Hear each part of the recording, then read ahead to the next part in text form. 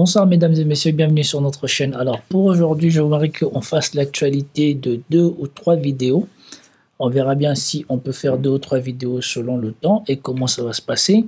En premier lieu, je voudrais qu'on revienne sur l'actualité que Tulsi Gabbard mène une offensive contre Barack Obama.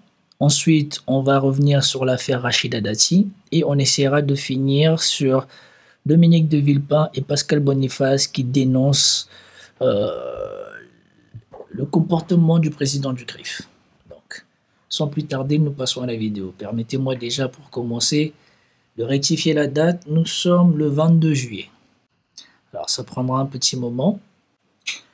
Ok, c'est parti. Alors, pour cette première vidéo, on va se rendre sur le site du Figaro, où on va avoir une lecture de ce que je viens de vous présenter. Ensuite, nous regarderons Tulsi Gabbard et la réaction d'un démocrate.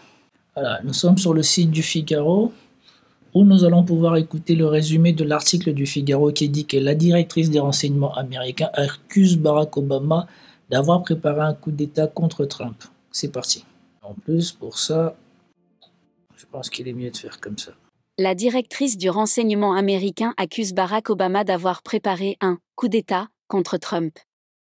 Tulsi Gabbard affirme être en mesure de prouver que les services de renseignement ont subi des pressions et ont été contraints d'établir l'existence d'ingérences russes sur l'élection présidentielle de 2016.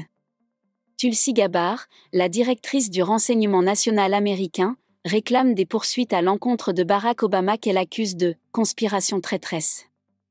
Vendredi 18 juillet dernier, elle a publié une série de publications sur X, dans lesquelles elle dénonce la pression que l'administration de l'ancien président démocrate aurait exercée sur la CIA afin qu'elle établisse l'existence d'ingérences russes sur les élections présidentielles de 2016.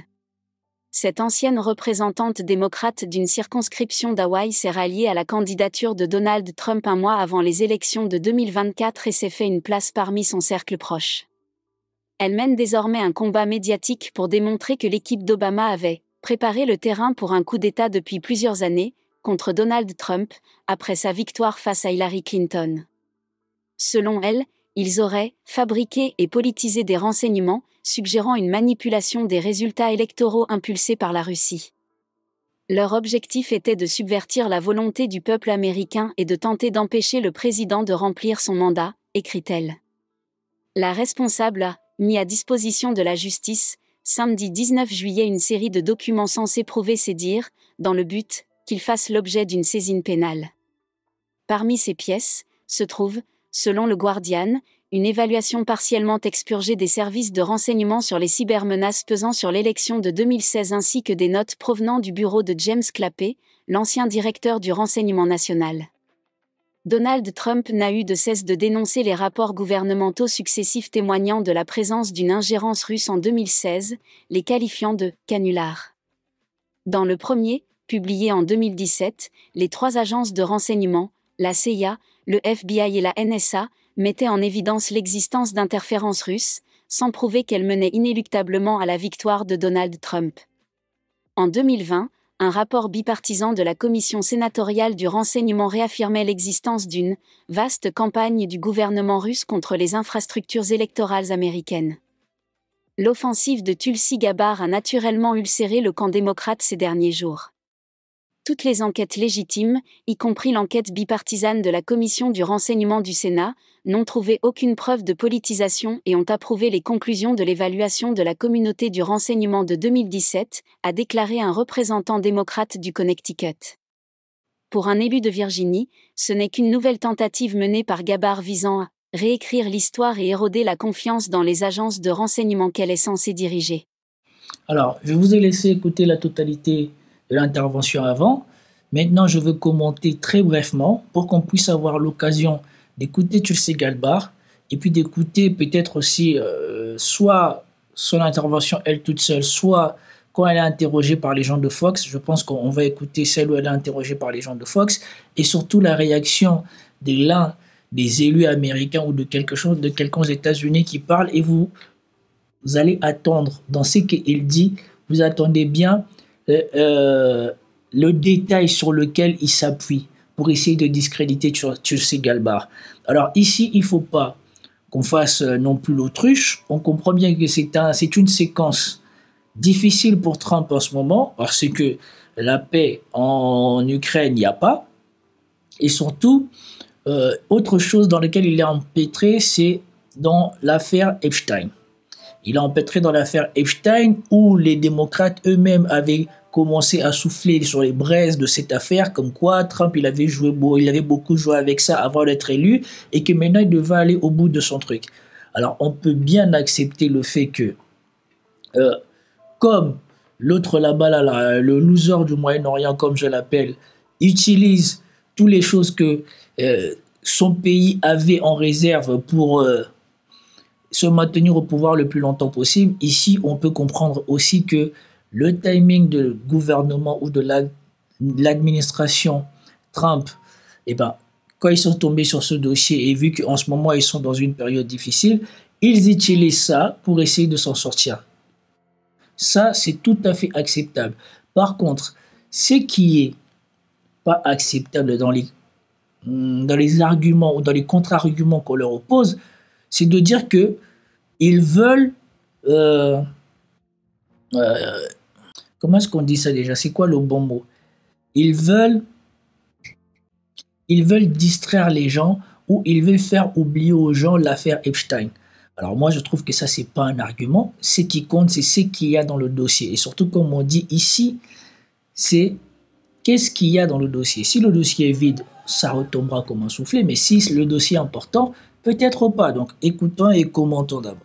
La directrice du renseignement américain accuse Barack Obama d'avoir préparé un « coup d'État » contre Trump. Tulsi Gabbard affirme être en mesure de prouver que les services de renseignement ont subi des pressions et ont été contraints d'établir l'existence d'ingérences russes sur l'élection présidentielle de 2016. Tulsi Gabbard, la directrice du renseignement... Et surtout sur ce point-là précis, parce que dans les faits, selon moi, comment je l'ai lu, eh ben, il est ici, comme Tulsi Gabbard affirme, ok. Dans les faits, moi, comment j'ai compris cette affaire, c'est que Barack Obama, avant que Hillary ne perde, il avait commandé un rapport sur l'ingérence ou la possibilité d'ingérence russe sur les élections. Et les premières notes avaient conclu qu'il n'y avait pas d'ingérence russe qui pouvait peser sur les élections. Et au dernier moment, cette note des services secrets a été retirée pour qu'on dise qu'il y a de l'ingérence russe ou il y a possibilité d'avoir une ingérence russe sur les élections favorables à Donald Trump. Apparemment, tout partirait de là. La directrice du renseignement national a la pression que l'administration de l'ancien président démocrate aurait exercée sur la CIA afin qu'elle établisse l'existence d'ingérence russe sur les élections présidentielles. Voilà, c'est ça. La pression que Obama aurait fait peser sur les renseignements pour qu'ils établissent, non pas qu'ils reconnaissent ou qu'ils fassent une étude qui démontre ça, mais qu'ils établissent qu'il y a une menace. De 2016. Cette ancienne représentante démocrate d'une circonscription d'Hawaï s'est ralliée à la candidature de Donald Trump un mois avant les élections de 2024 et s'est fait une place parmi son cercle proche. Elle mène désormais un combat médiatique pour démontrer que l'équipe d'Obama avait préparé le terrain pour un coup d'État depuis plusieurs années, contre Donald Trump, après sa victoire face à Hillary Clinton. Selon elle, ils auraient fabriqué et politisé des renseignements, suggérant une manipulation des résultats électoraux impulsés par la Russie. Leur objectif était de subvertir la volonté du peuple américain et de tenter d'empêcher le président de remplir son mandat, écrit-elle. Ça vous rappelle pas quelque chose? Ça vous rappelle pas quelque chose? Comme quoi il y a des similitudes, hein? Maintenant, en Europe, tous ces gens-là essayent pas de se montrer comme les protecteurs de leur pays en avançant comme par hasard une menace russe, une ingérence russe. N'est-ce pas ce que Macron fait? N'est-ce pas ce que Boris Johnson faisait? N'est-ce pas ce que Merz fait? Tous ces gens-là essayent de se montrer comme étant le digne protecteur de leur nation contre l'ingérence russe. Et surtout, ça ne vous rappelle pas ce qui vient de se passer en Roumanie? En Roumanie où on nous a dit qu'on n'avait pas le droit à la parole, qu'ils avaient des preuves qui démontraient l'ingérence russe dans les élections roumaines. l'Union européenne est partie intervenir dans les affaires internes du pays, faire annuler les résultats des élections, faire déclarer qu'il y avait bien ingérence russe. Et une fois que tout a été annulé, on vient découvrir qu'en fait, les Roumains eux-mêmes savaient qu'il n'y avait pas les Russes qui étaient impliqués dedans et que c'était le parti de droite conservateur, je crois, roumain, qui, pour vouloir se maintenir au pouvoir, avait favorisé la candidature de Simeons ou je ne sais, de Georgescu sur TikTok. Et c'est pour cela que sur TikTok, il était mis en avant. Mais vous attendez pas l'Union européenne dire qu'ils ont fait de l'ingérence. Donc tous ces gens-là, et comme par hasard, c'est tous ces démocraties, c'est tous ces démocrates, tous ces bien-pensants utilisent la Russie pour leurs propres intérêts. Ils inventent une menace russe, ils inventent une ingérence russe.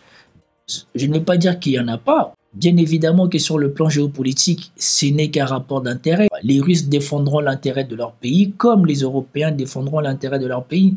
Mais dans ces démocraties occidentaux où on a de plus en plus d'incompétents et surtout où on arrive à la fin du cycle parce que le capitalisme qu'ils ont exercé, exacerbé, qui a appauvri les classes moyennes, commence à montrer qu'ils sont incompétents et qu'ils ont passé leur temps à tondre la classe moyenne. Et donc, maintenant, pour essayer de légitimer leur pouvoir, ils ne font plus de la politique de qu'est-ce qu'on peut faire pour vous, ils font de la politique on va vous protéger contre ce danger. Et maintenant, ils inventent comme nouveau danger la Russie. Enfin, la Russie. La responsable a mis à disposition de la justice, samedi 19 juillet, une série de documents censés prouver ses dires, dans le but qu'ils fassent l'objet d'une saisine pénale. Voilà. Moi, c'est là le cœur du sujet. Si c'est une menteuse, ça se verra. Les documents ne justifieront pas qu'il puisse y avoir des poursuites pénales. Mais si c'est dit vrai, eh ben je pense que là, nous sommes devant une affaire grave et que peut-être que c'est pour cela que les démocrates sont en train de se faire pipi dessus. Et c'est pour cela que j'ai insisté sur le fait que surtout, même si on n'écoute pas Tulsi Gabbard parce que peut-être que ça commence à tirer en longueur, au moins qu'on regarde la réaction du démocrate et de bien écouter ce qu'il dit. Parmi ces pièces se trouve, selon le Guardian, une évaluation partiellement expurgée des services de renseignement sur les cybermenaces pesant sur l'élection de 2016 ainsi que des notes provenant du bureau de James Clapper, l'ancien directeur du renseignement national. Donald Trump n'a eu de cesse de dénoncer les rapports gouvernementaux successifs témoignant de la présence d'une ingérence russe en 2016, les qualifiant de « canulars ». Dans le premier, publié en 2017, les trois agences de renseignement, la CIA, le FBI et la NSA, mettaient en évidence l'existence d'interférences russes, sans prouver qu'elles menaient inéluctablement à la victoire de Donald Trump. Voilà. Les trois agences étaient unanimes, alors qu'il existe, comme a dit Tulsi Gabbard, un document qui montre bien que dans les premières études qui ont été menées, on concluait qu'il n'existait pas d'ingérence ou de possibilité d'ingérence russe sur les élections. On a fabriqué ça pour pouvoir causer du tort à Donald Trump. En 2020, un rapport bipartisan de la Commission sénatoriale du renseignement réaffirmait l'existence d'une « vaste campagne du gouvernement russe contre les infrastructures électorales américaines ». L'offensive de Tulsi Gabbard a naturellement ulcéré le camp. En 2020, c'est quand ? En 2020, n'est-ce pas quand Biden prendra le pouvoir en 2020 ? Donc, je ne sais pas c'est à quel moment en 2020. Écoutons. L'offensive de Tulsi Gabbard a naturellement ulcéré le camp démocrate ces derniers jours.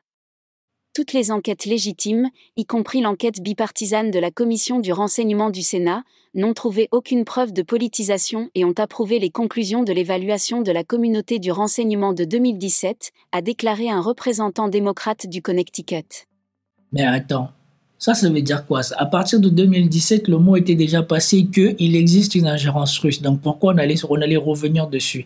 À partir du moment où on a déjà faussé les documents. C'est n'importe quoi ça. Pour un élu de Virginie, ce n'est qu'une nouvelle tentative menée par Gabbard visant à... Ok. Maintenant qu'on a vu ça, on peut revenir sur Twitter. Et l'élu démocrate dont je vous parlais en question, c'est lui. Écoutez bien ce qu'il dit. Who's followed these know how I feel about. Over the weekend. Alors, je vais déjà vous lire ici. What was Tulsi Gabbard trying to distract from with her insulting lies about Russian investigation?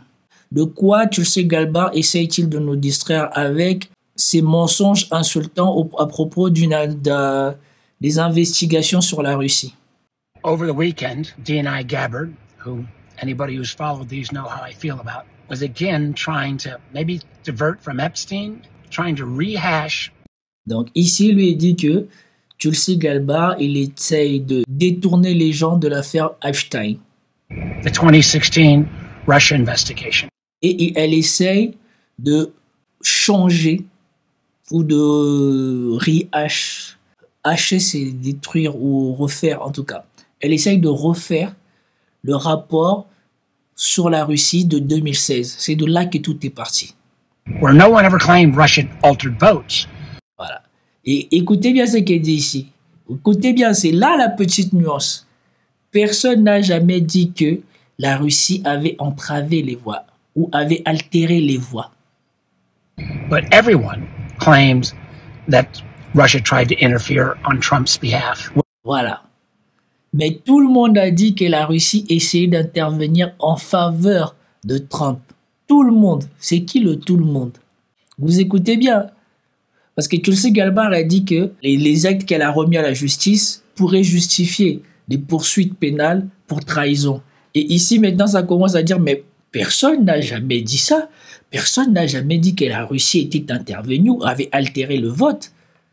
C'est qu'on a carrément déclaré maintenant possible en Europe. Hein, parce que c'est ce qu'on a dit que la Russie a fait en Roumanie. Alors que la Russie est intervenue sur TikTok. La Russie n'a pas voté, mais ils ont dit que la Russie était intervenue dans les élections au point où ça justifiait qu'on annule les élections.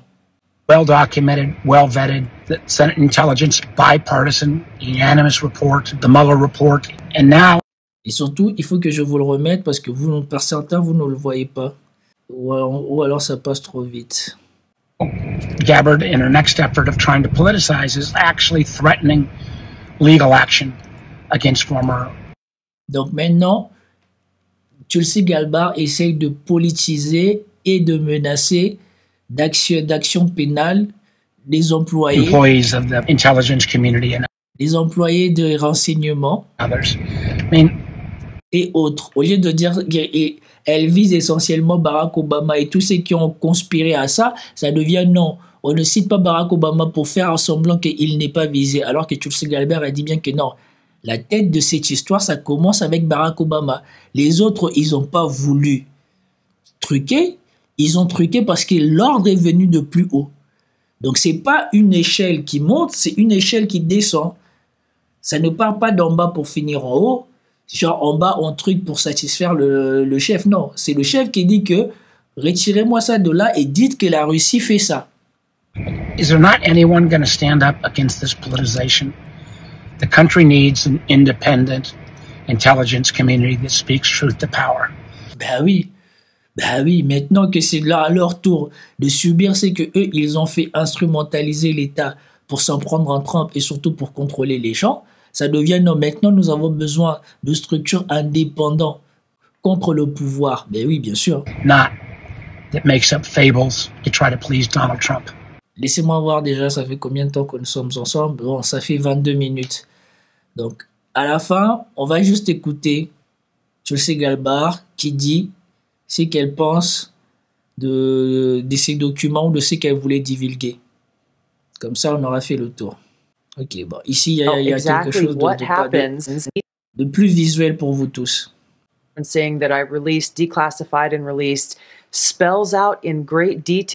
Elle dit, pour les gens qui m'écoutent en podcast, saying that I released, declassified, j'ai déclassifié et publié, and released, spells out in great detail explication en détail de ce qui s'est passé. Exactly what happens when you have some of the most powerful lorsque certaines personnes des plus puissantes people in our country directly leading at the helm, President qui emmènent directement vers le président Obama and his senior most national security, son cabinet de sécurité et son cabinet de sécurité nationale les plus haut placés. Cabinet, James Comey, John Brennan.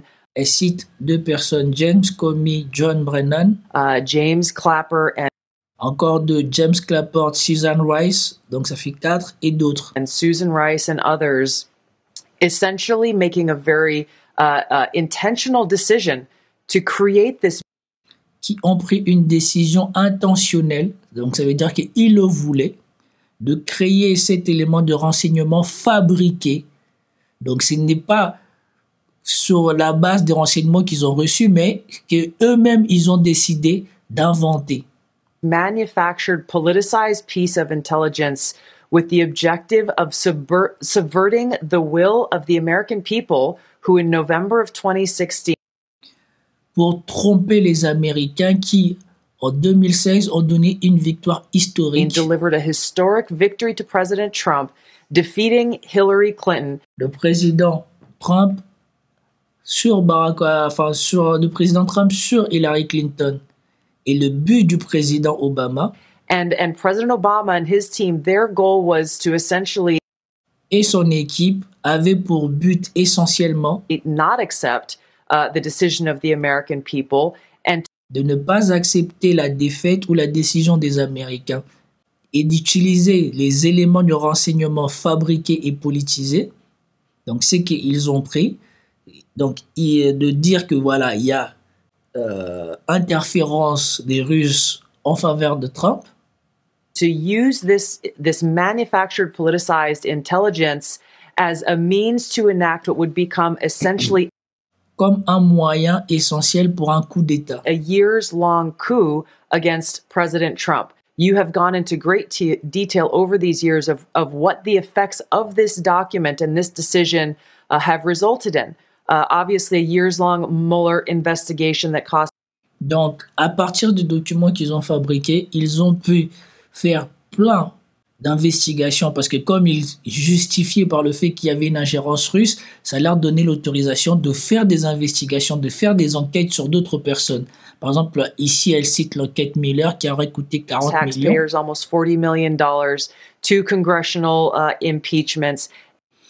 À cause de ça, ça a justifié les 2 procédures de destitution qu'on a voulu faire sur Trump. Endless smears and attacks against not only President Trump, but his family. He had senior members of his team who were... Toujours à cause, sur la base de ces renseignements, sur la base de ces faux renseignements, on a pu enquêter sur Trump et les membres de sa famille. Investigated, some arrested and jailed. We had heightened and increased tensions between the United States and Russia.